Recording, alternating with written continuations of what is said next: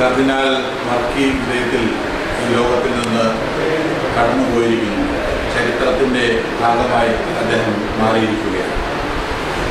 കേരള ക്രൈസ്തവരുടെ ഇടയിൽ സമുന്നതനായ ഒരു നേതാവായിരുന്നു അദ്ദേഹം.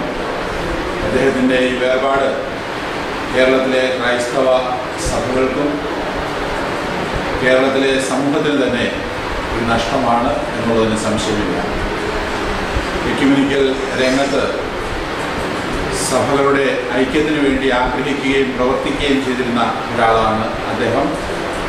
തൻ്റെ ഇടപെടലുകൾ കൊണ്ടും തൻ്റെ പ്രവർത്തനങ്ങൾ കൊണ്ടും സഭകൾ തമ്മിലുള്ളതായ ഐക്യം സ്ഥാപിക്കുന്നതിന് വേണ്ടി അദ്ദേഹം ശ്രമിക്കുകയും ചെയ്തിരുന്നു. മാത്രമല്ല, സമൂഹത്തിലെ സമുന്നതനായ നേതാവായിരുന്നു. എല്ലാവരും അദ്ദേഹത്തെ അംഗീകരിക്കുകയും ചെയ്തിരുന്നു. അദ്ദേഹത്തിൻ്റെ വേർപാട് തീർച്ചയായിട്ടും നികത്താനാകാത്ത ഒരു വിടവ് തന്നെയാണ്.